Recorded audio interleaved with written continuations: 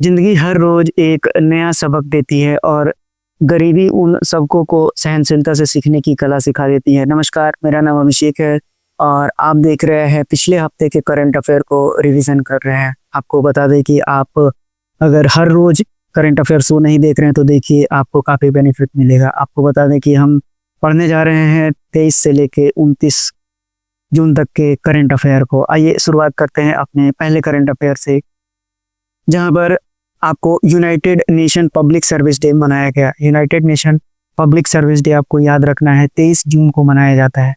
23 जून को हम United nation public service day मनाते हैं। वहीं आपको बता दें कि इस वर्ष की थीम भी आपके लिए बहुत इंपॉर्टेंट है, जो accelerating public service delivery for a sustainable future है। फिर से बता दूं, आपके लिए थीम जो है 5 years to 2030 accelerating public service for a sustainable future.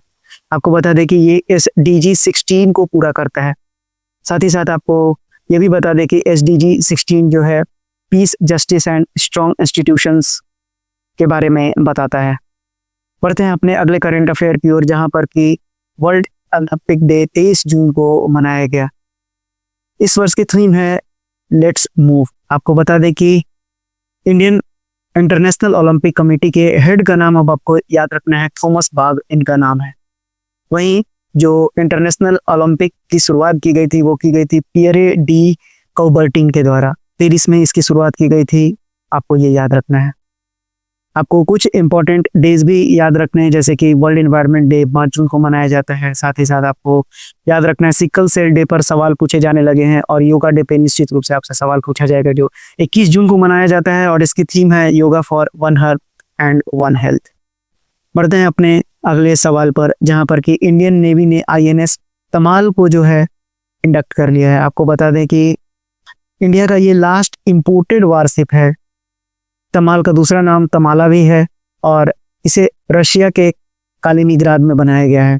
आपको बता दें कि ये स्टेल्थ गाइडेड मिसाइल फ्रिगेट है। आपसे ये भी पूछा जा सकता है कि इनमें से 4 ऑप्शन में से दिए गए ऑप्शन में थे ये किस प्रकार का व्हीकल है, तो आपको बताना होगा कि ये स्टेल्थ गाइडेड मिसाइल फ्रिगेट है। आइए आपको साथ ही साथ जनरल अनिल चौहान, जो कि हमारे चीफ ऑफ डिफेंस स्टाफ है, वहीं general Upendra Dwivedi chief of army staff है, और वहीं नेवल स्टाफ हमारे एडमायरल दिनेश कुमार त्रिपाठी हैं।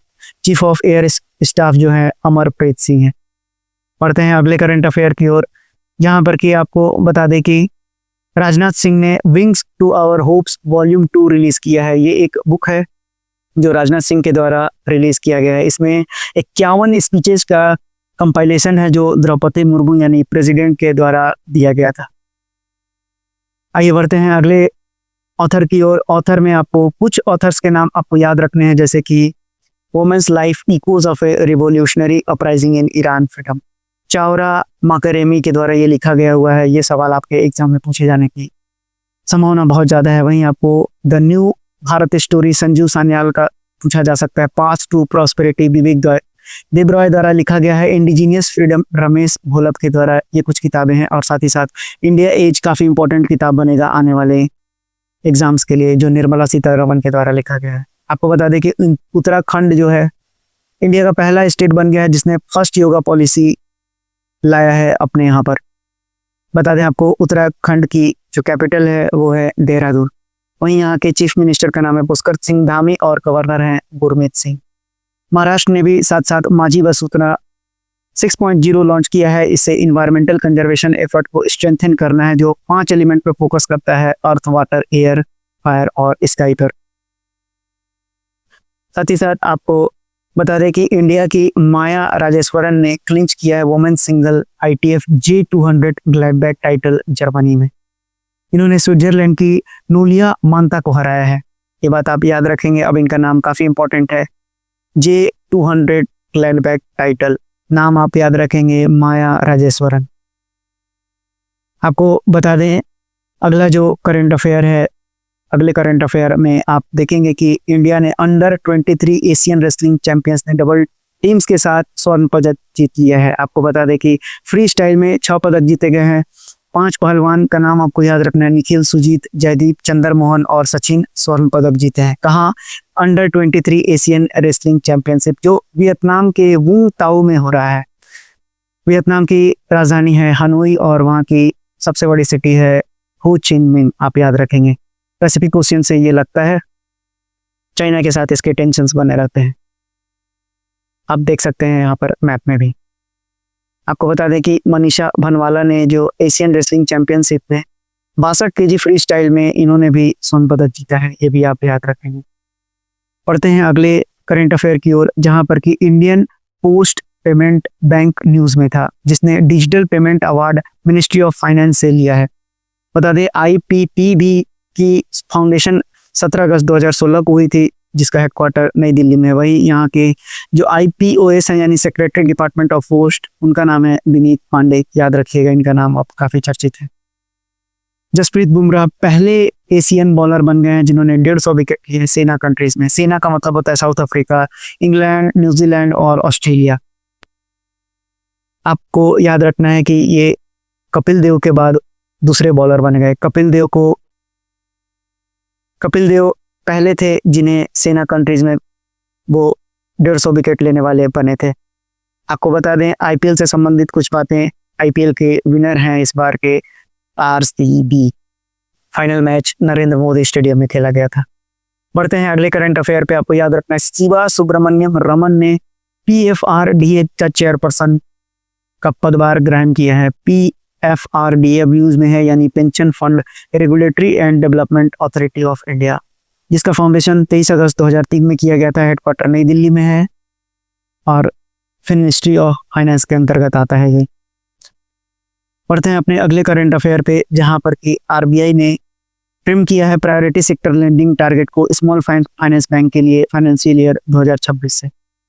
आपको बता दें कि प्रायोरिटी सेक्टर लेंडिंग होता क्या है कि कुछ ऐसे सेक्टर, क्रूशियल सेक्टर जो इकोनॉमिक और सोशल डेवलपमेंट के लिए जरूरी होते हैं, उन्हें बोलते हैं PSL, जैसे कि MSME, एग्रीकल्चर या फिर वीकर सेक्शन। और स्मॉल फाइनेंस बैंक क्या होते हैं, ये फाइनेंशियल इंक्लूजन को इन्हेंस करने के लिए क्रिएट किया गया था और साथ ही साथ ये बैंकिंग सर्विसेज प्रोवाइड करते हैं अंडर सर्व्ड और अनबैंक्ड सेगमेंट के लिए। तो ये बात आप याद रखेंगे।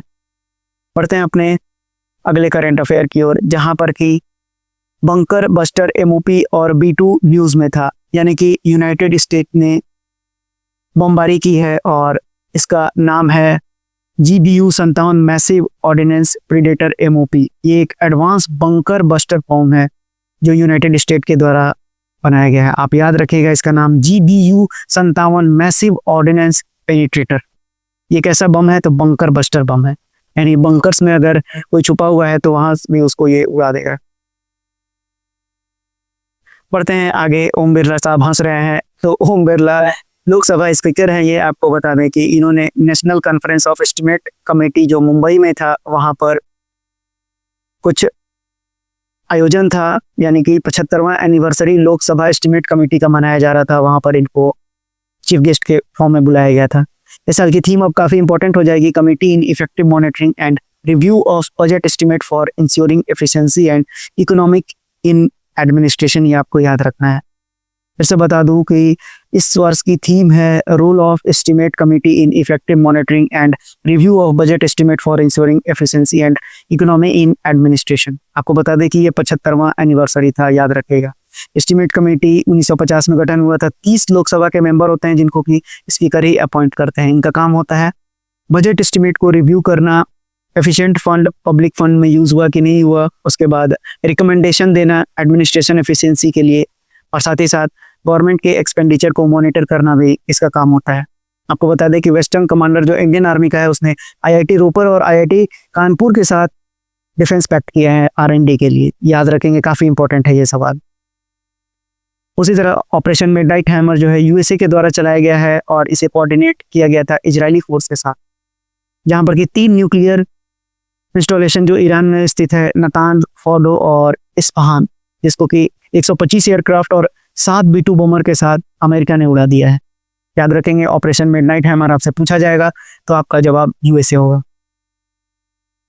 आपको बता दें कि एशियन पारा बैडमिंटन टिप चैंपियनशिप जो थाईलैंड में हुआ था, वहां पर भारत ने अपना बेहतरीन प्रदर्शन देते हुए 4 गोल्ड, 10 सिल्वर और 13 ब्रोंज हासिल किया, यानी कि 27 मेडल पूल जीते हैं। आपसे पूछा जाएगा कि आप बताइए कि इंडिया का बेस्ट एवर परफॉर्मेंस था एशियन पारा बैडमिंटन चैंपियनशिप में, कितने मेडल्स भारत ने जीते, तो आपको याद रखना है 27 मेडल। या फिर आपसे पूछा जाएगा कितने गोल्ड जीते, तो 4 गोल्ड जीते। बता दें कि नीति आयोग ने India data imperative report release किया है। आपसे पूछा जाएगा कि नीति आयोग ने, आपको पूछा जाएगा इंडिया का डेटा इम्परेटिव रिपोर्ट किसने रिलीज किया, तो आपको याद रखना है नीति आयोग।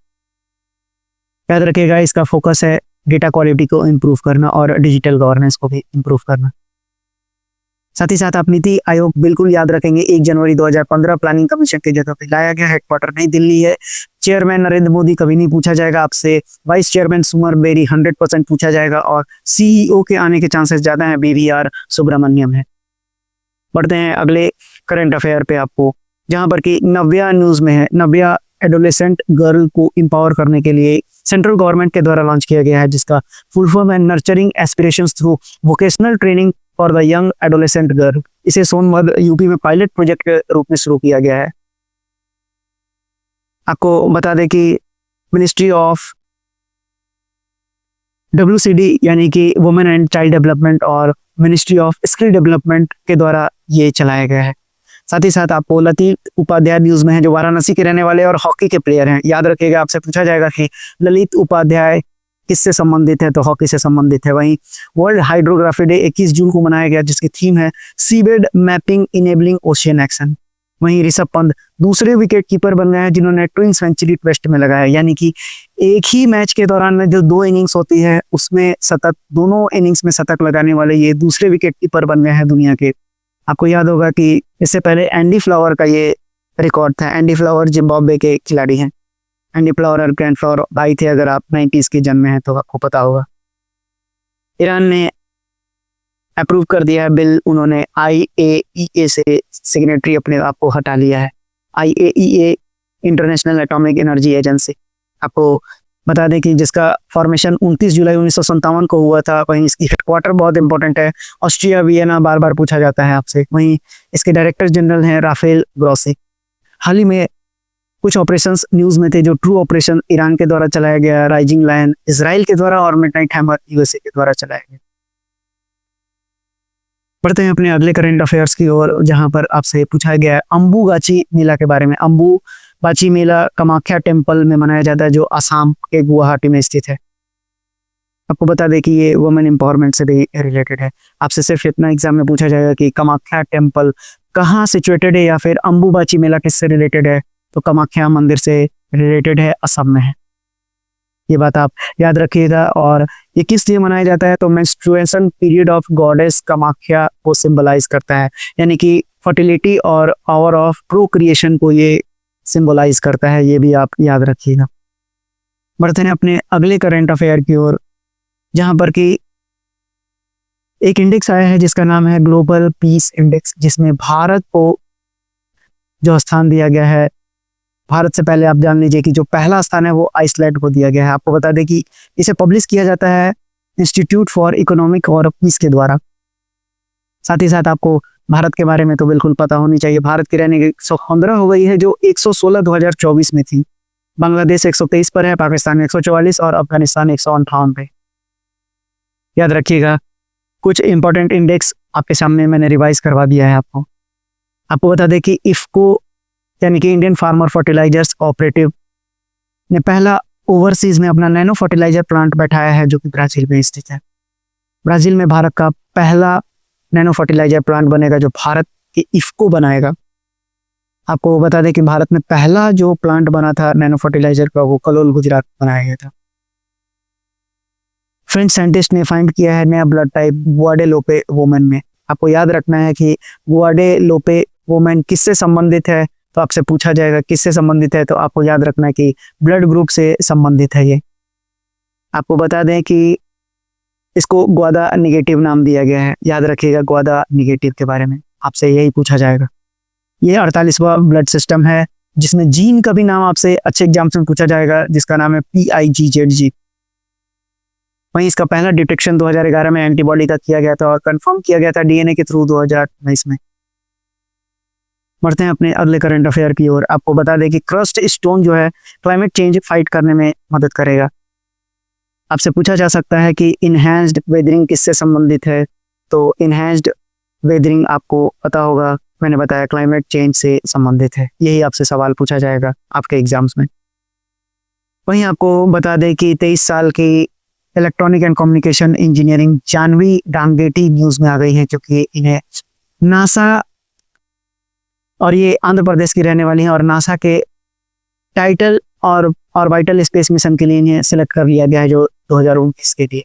आपको बता दें कि नासा का फुल फॉर्म है national aeronautics and space administration, जिसका फाउंडेशन 29 जुलाई 1958 को किया गया था। इसका हेडक्वार्टर वाशिंगटन डीसी है और इसके फाउंडर हैं ड्वाइट डी आइजनहावर। याद रखिएगा, ये आंध्र प्रदेश की रहने वाली हैं। ईस्ट कोस्ट रेलवे ने लॉन्च किया है ECOR यात्रा ऐप रथ यात्रा के लिए। वहीं 10वां WHO के रिपोर्ट आ गई है ग्लोबल टोबैको एपिडेमिक, जिसमें भारत आपको पता है कि सेकंड लार्जेस्ट प्रोड्यूसर है। वहीं 1.35 मिलियन डेथ हर साल इंडिया में तंबाकू की वजह से होते हैं। वहीं पहला एवर हाउस होल्ड इनकम सर्वे किया गया है 2026 में होगा। ये मॉस्टी के द्वारा कराया जाएगा, रूरल और अर्बन दोनों के लिए। आपको बता दें कि मिनिस्ट्री ऑफ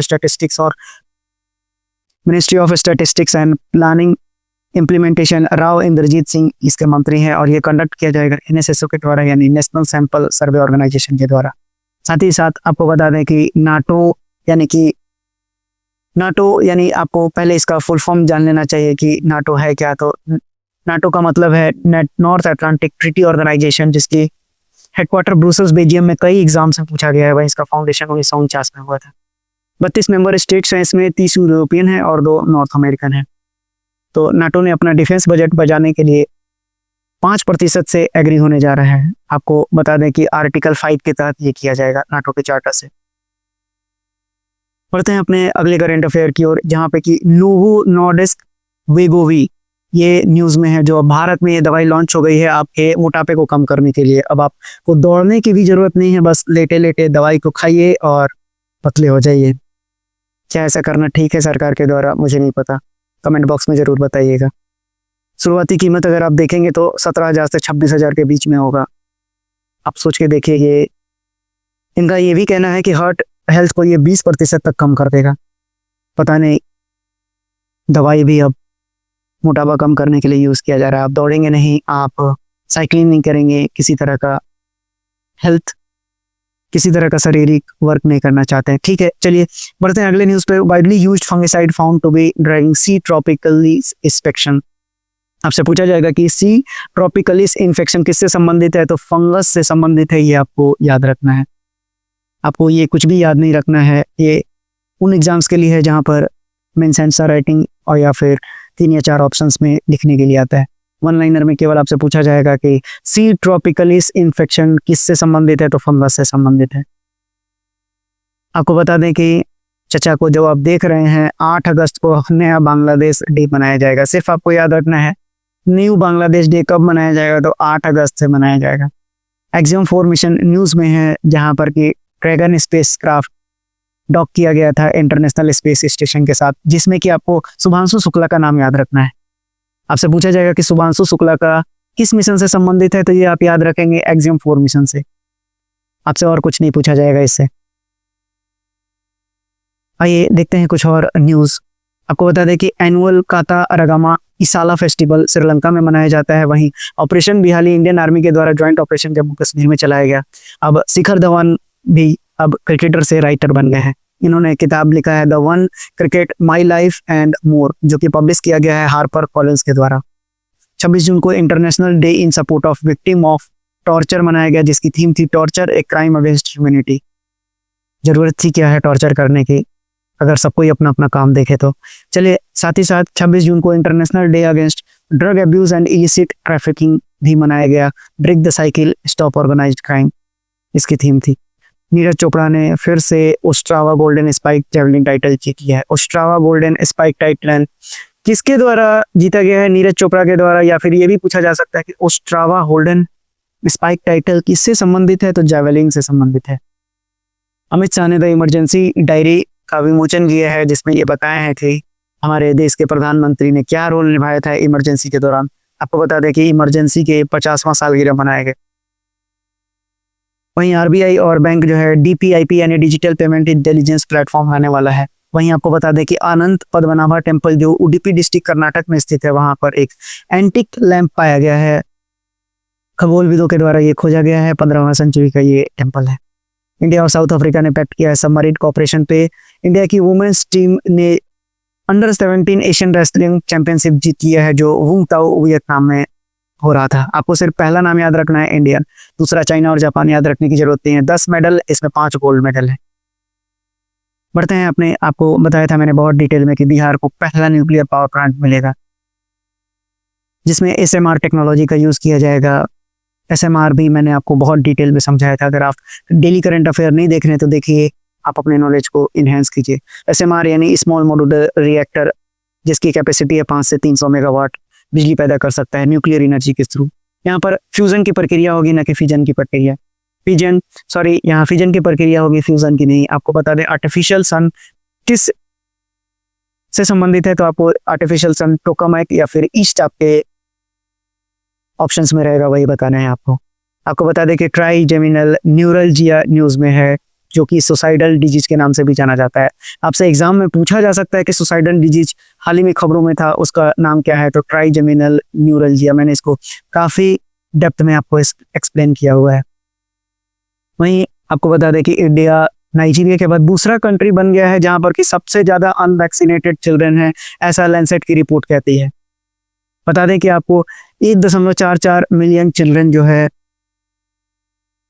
जिन्हें कोई वैक्सीन नहीं पड़ा। आप सोच सकते हैं कि आने वाले समय में टीबी के मरीज बढ़ जाएंगे। निश्चित रूप से मोर्टेलिटी रेट आने वाले समय में बढ़ जाएगी, और इसका कारण दिया गया है कोविड-19 की वजह से, और साथ ही साथ अनअवेयरनेस या फिर वैक्सीन के खिलाफ लोगों का मिथिकल, जो एक दूसरे से आप बात करते हैं कि इस वैक्सीन को लगवाने से ये हो गया, अच्छा हुआ मैंने नहीं किया, इस तरह की बातें फैलने से ये सिचुएशन आ गई है। अब बताइए, अगर डीपीटी का टीका बच्चों को नहीं लगेगा तो डिप्थेरिया होने के चांसेस बढ़ जाएंगे। तो ये सोचना पड़ेगा सभी को कि क्या सही है। अब अमरावती ने इंडिया का पहला क्वांटम कंप्यूटिंग वैली होस्ट किया है, ये भी न्यूज़ में है, काफ़ी इंपॉर्टेंट है। क्वांटम कंप्यूटिंग बता दें आपको एज इन जनरल 0 और 1 का यूज़ किया जाता है रेगुलर कंप्यूटर्स के थ्रू, लेकिन यहाँ पर 0 और 1 का यूज़ किया जाता है। लेकिन जो क्वांटम कंप्यूटिंग है, जिसे क्यूबिट कहा जाता है, 0 और 1 वो ये एक साथ कर लेता है, जिससे इसकी एबिलिटी काफ़ी इनहेंस हो जाती है।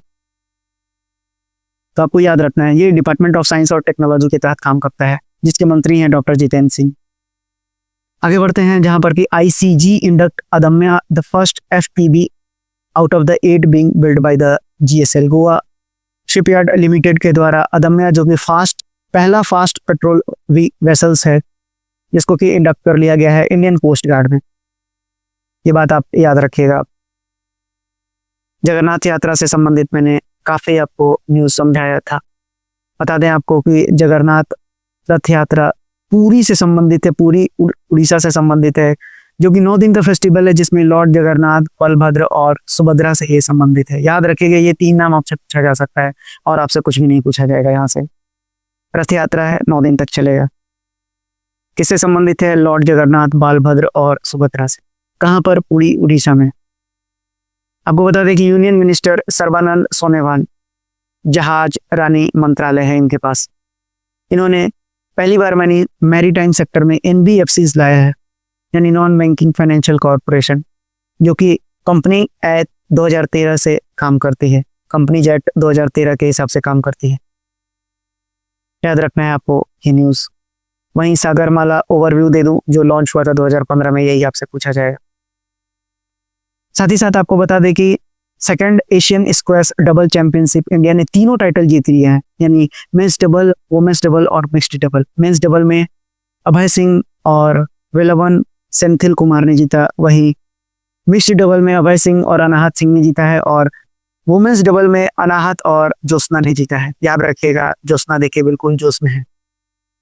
तो ये थे आपके पिछले हफ्ते के करंट अफेयर, जिसको मैंने आपको पूरी तरह से रिवाइज करवा दिया है। कॉपी में नोट्स बनाइए, लिखिए, वन लाइनर के फॉर्म में इनको याद करते चलिए। मैं काफ़ी डेप्थ में आपको बताता हूँ, चाहे आप किसी भी तरह के एग्जाम्स को दे रहे हो। तो आशा करते हैं मेरी द्वारा दी गई जानकारी आपको समझ में आ गई होगी। धन्यवाद। मिलते हैं आपको कल से कुछ नए करंट अफेयर्स के साथ।